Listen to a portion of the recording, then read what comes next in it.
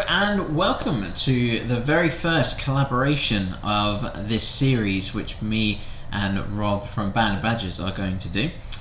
We are in Elephant and Castle in London, joined by Mr. Rob Powell himself, aka Band of Badgers, and this is going to be a series where we're going to be talking about music. We're going to be talking about topics that have been coming up recently. Do you want to say hello, Rob? Hello, yes. My name's Rob. Yes, so me and Rob have been talking for a long time, but we never actually got to meet up. So now we're taking the opportunity to meet up to record and talk about some topics that we've always wanted to talk about, but we never had the chance to because it's too long on text. Yes, yeah, and I think, but we will try and keep it to the hour or to the half hour. Yes, because we could probably go on for several hours about music. Yes, we could. So obviously, the format is that we're going to be talking about one specific subject per hour or half hour.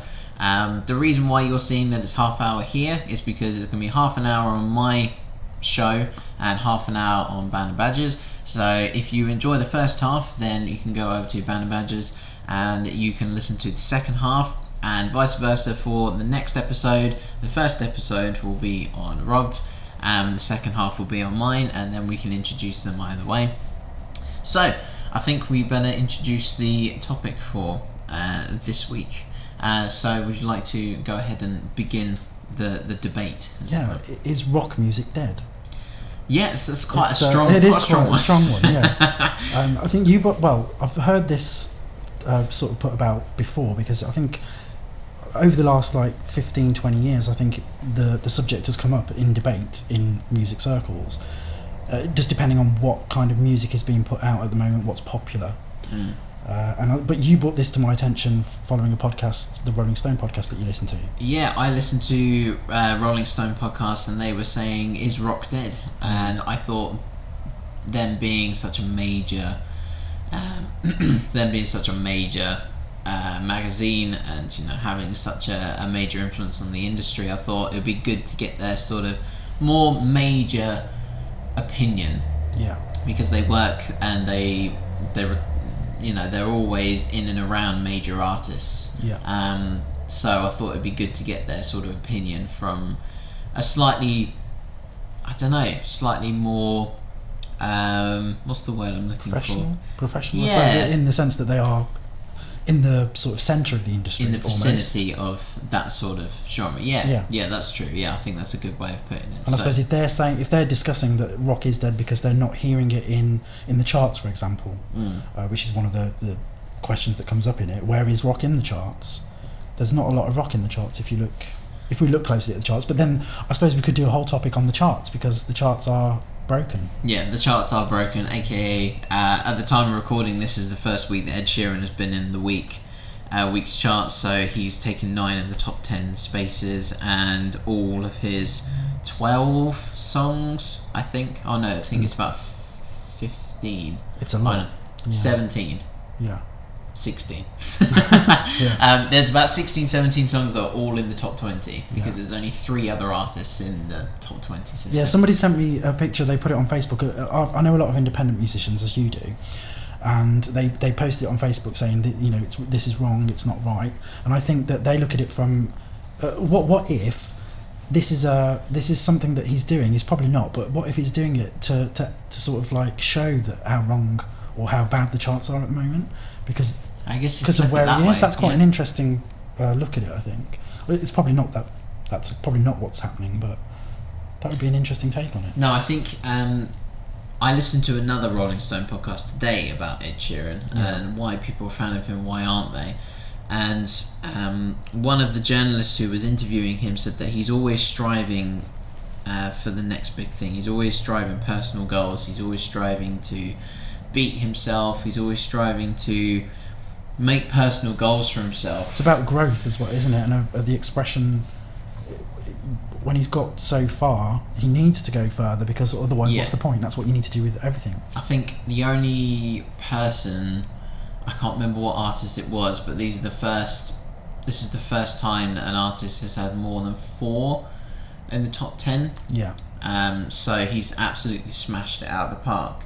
But he could never beat that now, could he? But unless he does 10 out of 10. yes. That's the only other way that for someone to finish the job off. But he was saying that he never thought he would get sort of this big or this far, but he has such personal goals for himself that he sticks to them. So he was saying that when he goes out to drink, or he never drinks before a gig, or when he went off social media, he was saying that he wants to stay off social media for good, or for the year, and he did do it. He's very disciplined. Yeah, he's very disciplined to his goals, which is good.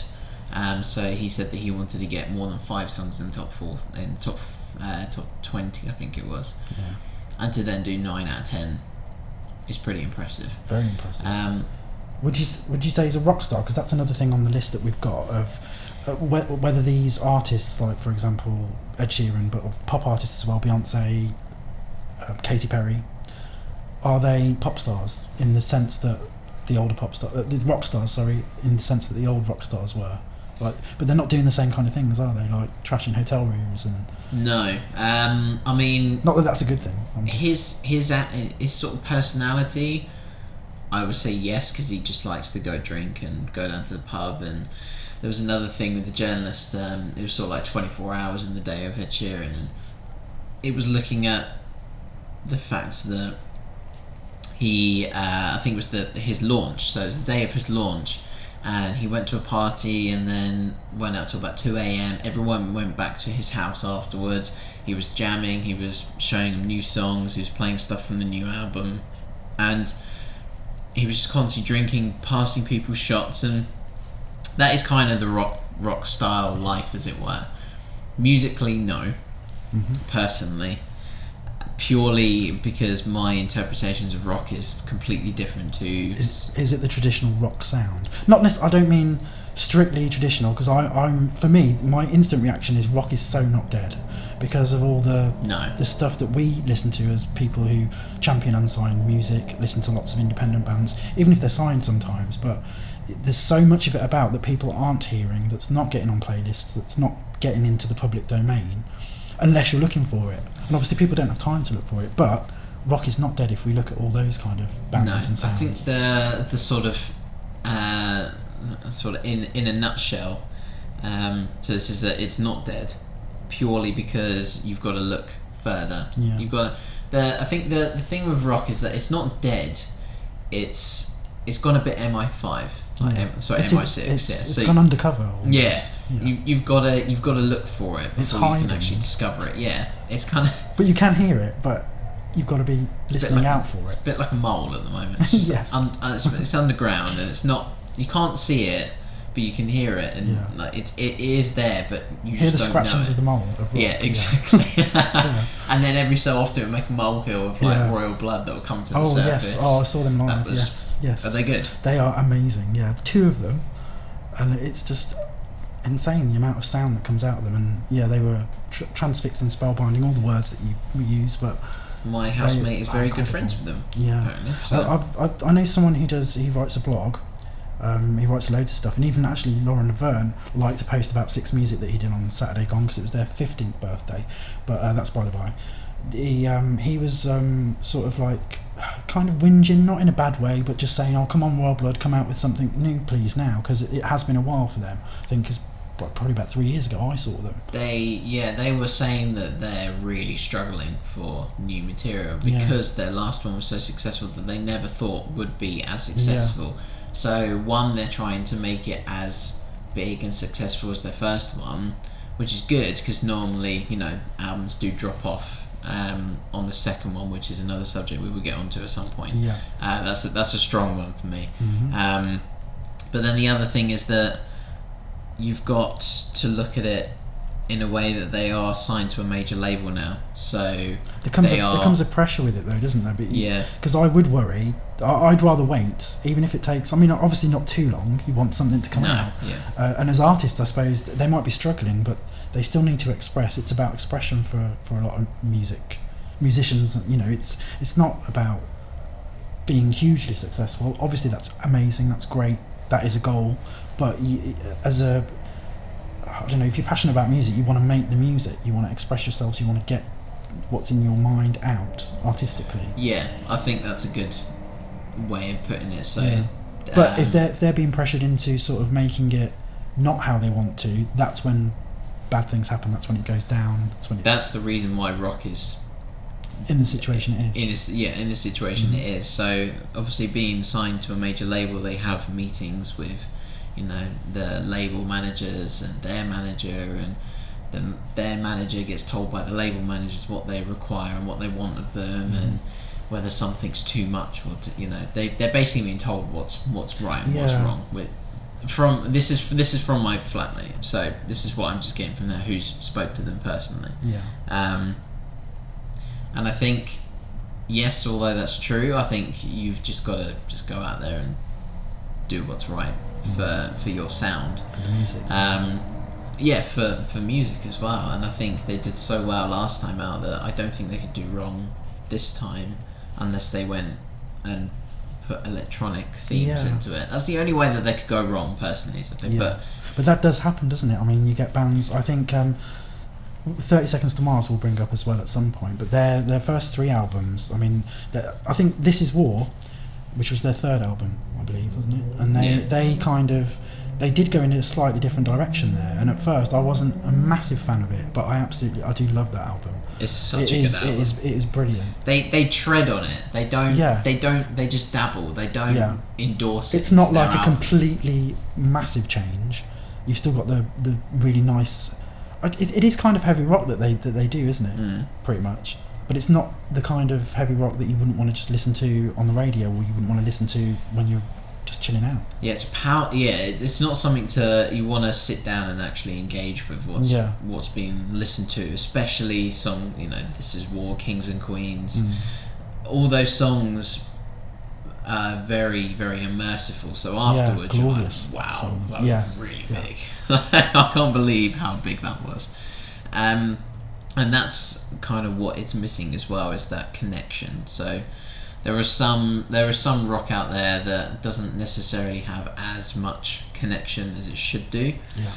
Obviously, there's different styles and different genres of rock music, but has there always been so many genres though? Because I feel now, hearing so much music that I do, that there are so many subgenres and subgenres within those subgenres, and the sound that's not a bad thing, because I think it really does open the field up to so much different elements of rock. So you have got your punk rock, and some of that's really, really good, and they call it emo rock as well, don't they? Some stuff, bit Blink-182-y. Yeah, I would say that's more. How would you describe Blink-182?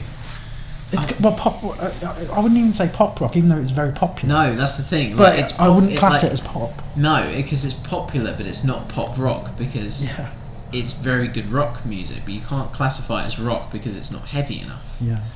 And it's like, that's where all these subgenres between genres come into it, and all these random, even pop punk is quite sparse in terms of what I've heard. Yeah.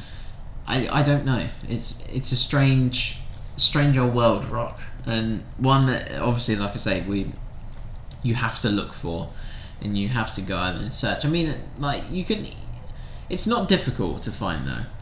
This is the thing. Well, everyone's using Spotify these days, and I know that you've mentioned that you've been using it a lot. Do you use it just to find new music, or are you? Because I know you listen to it we all listen to it for pleasure, don't we? Yeah, so I purely listen to Spotify, A, for pleasure, and also B, using Spotify Discovery. Yes. So the algorithms of that take whatever I've listened to in the last month, I think, and apply that every Monday to a track list, I think, of 2 hours of new music. Yeah. Which is great for me. I mean, not all of it is perfect, not all of it's great. Some of it, recently it's not been amazing, but I've still found some amazing bands. That's what you get from radio as well, isn't it? The playlists that they have on the radio, you might not like everything that you hear, but every now and then you'll hear something that you just really latch onto, and you really look further into. Yeah, that's the good thing about Spotify Discovery, is that with the algorithms that it's got, you can get a generic style that you're always looking for. Everything will always be good. Like, really enjoyed that song, really enjoyed that song, really enjoyed that song, really like that song, and then one will pop out from the others, and you go, right, that's the one I want to put on the podcast. Yeah. And did you hear much rock through those algorithms? As in what we're talking about. Yeah, only if I'm listening to rock. Yeah. So, like I say, these algorithms do. I think they're every 2 weeks, actually, because I went through a spell after seeing A Day to Remember in January, and I was listening to Moose Blood and Neck Deep, and just getting back into my pop punk roots. So I was listening to We the Kings again. I was listening to All Time Low again, and all these. I was listening to Paramore again, and just like real nostalgia, and that was sort of the genre that I grew up with.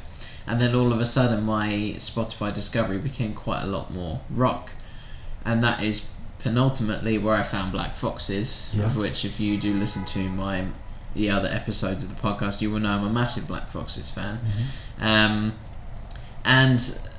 So it can change. It depends what you're listening to. So for my job at the moment, I've been listening to a lot of pop music purely because that's what I've needed to do. So the algorithms have changed, and I've had the likes of Courtney's in my Discovery Weekly, and I've been like, oh god. I've listened to it. I think Cold War Kids, I think that's another one. That was quite good, actually. I'd not heard of them before, but then Discovery doesn't necessarily have to be underground artists. It can be someone you've not heard of before. So they might be major, but you've just not heard of them. Yeah, so that new Father John Misty song was in there, which snuck in there. I thought that's a really good song, actually. Well, the thing with that's just another subgenre, I think, because I mentioned it earlier. He was in Fleet Foxes, the drummer. Yeah. That is kind of, I mean, it's not rock. That's not rock at all, and it's not folk, but it's kind of in between. So is it folk rock? And there's a whole other little subgenre of rock, isn't it? Yeah, folk so that's rock. Folk rock. I mean, you could classify Mumford & Sons in that now. Yeah. Purely from their new album. I want to get your view on their new album. I don't think I've heard it. Is this the one that they did? It's not the one that they did with Wilder Mind. It's what it's called. I don't think I've heard it. I think I gave it Babel. I just didn't like. Oh, did you not? I was not a fan of Babel. I don't know what it was. It just sounded. I don't know. I don't like saying it, but it just didn't sound as. What's the word? As passionate to me. Listening to it as a fan, but I was so in love with Sigh No More though, and I went to see them at the iTunes Festival, and it was absolutely. When? 2010. I may have been at that gig. Yeah, I think we talked about that before. Actually, I think we mentioned it. Yeah, we were both in the same room without knowing. It was. When was it? It was I think it was July, when it was in July 2010, because it was so hot. Ooh, no. No, I might have seen them a few years after. Yeah. It was in September. Oh no, this was definitely in July. Okay, I'm pretty certain. So we've seen it at the Roundhouse as well. The Roundhouse, yeah. Yeah, okay, so we've seen it the same. And Laura Marling was supporting. Who was supporting my one? Definitely wasn't Laura Marling. No, yeah, I'd remember, because the crowd was so loud, because obviously they just wanted to come and listen to Mumford & Sons. Yeah. She wasn't like sort of vocally annoyed, but you could tell that she was annoyed. But I was annoyed because I really wanted to hear her as well. She's a really good artist. And the Roundhouse is an amazing venue. Exactly. Anyway. Yeah, I was just so annoyed. So to describe the Mumford & Sons sound that they've gone from to what they are now. Is it more poppy now? Yes. Yeah. And also a lot more rock. Oh yeah, okay. So take away the banjo and give them electric guitar. Is this their fourth album, Wilder Mind? Did they have a third one that came in? No, this is their third album. So take away the double bass and the banjo and give them a bass guitar and an electric guitar. Okay. And give them a full-time drummer who's not technically in the band, but seeing them live will always be there. Yeah. So Marcus Mumford used to jump on the drum kit. Didn't he? Yeah.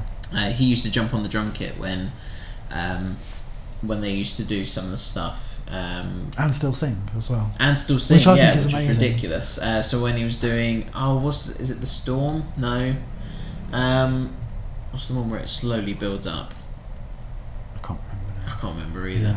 Yeah. It's one of my favourite songs as well. Yeah, I know. Well, the thing is, we've got so much music coming into our minds and heads and eyes. We just can't remember. I can't remember it all. And then you've still got to be knowledgeable in your past and sort of like go back to like Led Zeppelin. Yeah. And know all of the albums and songs from that. And I still, you know, Led Zeppelin's like my biggest, like, as a fan, biggest thing, but I still will forget certain things just because of the sheer amount of stuff that I'm listening to now, and I haven't got to sit down and listen to Zepp for, like, I don't know, it could be 6 months or so. I think so too. That pains me, because then I just think, why have I not been listening to it? But technically, I play it in my band, Yeah. but not sat down and listened to Yeah. it. So I don't know whether that counts or not. But what songs do you play in the band? Zepp? so it's a blues rock function band. Yeah. So we play anything from Led Zeppelin to Elvis to Hendrix. Yeah. Got a kick-ass guitarist as well, so he knows how to play all of that. And I saw the Doors videos as well. Yeah. So very, played very the good. Doors as well. It's a really good track. So in that context, then, how does rock look now compared to back then with the likes of Led Zeppelin?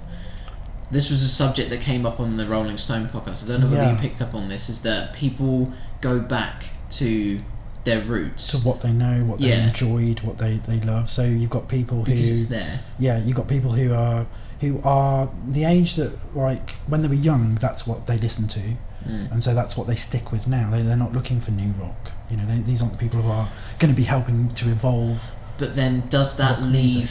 But then, is that just because rock is an underline at the moment, and then when these rock legends retire or, you know, sadly pass away, is that when people can't turn to that music anymore because they're still not alive technically, or is it going to do a Queen and? No, I think like with the Queen, it'll be because a lot of that stuff is so huge. I think the industry was there was still a lot of music around, and I dare say there was a lot of indie musicians not even on the radar, not being heard at all, like they can be now with the internet and everything that goes on. But I think that because they're so well established, in the next 100 years, that music will have changed a lot from between now and in 100 years. But in 100 years, those are still going to be bands that people seek out and listen to, just like we do. Because I mean, I came to these kind of bands from the 70s. You know, people do from the 60s, 70s, and you know, I didn't grow up with them. It's music that's been introduced to me that I've really enjoyed, that kind of speaks to me, resonates with me, and I think that's never going to change. No. So in 20 years, 30 years, I'm still going to be listening to Led Zeppelin and the Doors and Black Sabbath. I mean, as well. I'm going to make my kids grow up on that music. Good. That's what. So. Yeah, that's a good. I think it's a good start. It doesn't necessarily root you or keep you in that kind of music or those artists. For us, we kind of venture out and listen to a lot of other stuff, and I think we'll bring that through to other generations as well. Yeah, I would totally agree with that. I mean, I got brought up on like Spice Girls and things like that. So it wasn't until I was 12 that I started to branch out from what my parents were listening to, harp music and that god awful trash. Like when I look back now, it really frustrates me. And so then my first ever album I bought was Green Day, American Idiot, and I felt like a total badass because I bought a little parental advisory sticker on there as well with it. It came with it, and I was thinking, man, like, you know, I'm 12 years old, look at me with like the, you know, parental advisory thing. And since then I sort of really connected with that album, and then it turned to pop punk, so I went through a Fall Out Boy, Paramore, My Chemical Romance, Lost Prophets phase, 30 Seconds to Mars, and then I went through blues phase. So went through a blues phase of, you know, B.B. King, Joe Bonamassa, Joanne Shaw Taylor, the list goes on forever. And then I just wanted to branch out into more and more people, so from the sort of popular jazz world, I went up to Gregory Porter, you know, Miles Sanko from the funk, Craig Charles, who was actually introducing me quite a lot to that sort of funk side to sort of music. So you branch out as time goes on. I mean, you've got to put the time in, you've got to put the effort in, but you do branch out, and I'm quite proud of, you know, how diverse I can be. So I can go from listening to Miles Davis to Louis Armstrong, and then go all the way over to the other side to Bonobo. Bonobo, yeah. For I example. knew you were going to say Bonobo. Yeah. But it's just such a different kind of range of music, isn't it? And it is good. I mean, I'm similar. I can go from listening to like some of the classic stuff, classic rock, glam rock, some Bowie as well. I mean, we could do a whole podcast on Bowie. I think that's a good idea for another. That is a good idea. Actually, I do like that. And I can go into even some trance. I mean, there are some elements of it from like the mid-90s. It's probably classed as cheese now, but not even cheese actually. It's proper. I don't know. It's just nice, emotive music. And it's different. And I think that's having such a wide range of new music it's what's needed. Yeah, I definitely would agree. I mean, it will. Do you think it will rise again? Yes, I would say yes. Because currently peaks and troughs. That's what people say with everything. I think don't things go up and down and go under the radar, over the radar. Yeah, I mean, you think sort of like Britpop was a thing, sort of like late 90s, early 2000s. Got grunge sort of in the early 90s. Talking of grunge though, I mean, I suppose that's an element of rock as well, though, isn't it? Grunge rock. Yeah, it is. It's part of the genre spectrum. There's a band called October Drift, which people should definitely check out. Great band. Oh, you heard them as well? Yeah. Love I don't think we talked about them before yet. But they remind me, that listening to some of their songs reminds me of a bit of Nirvana, a bit of that kind of sound, the grunge sound.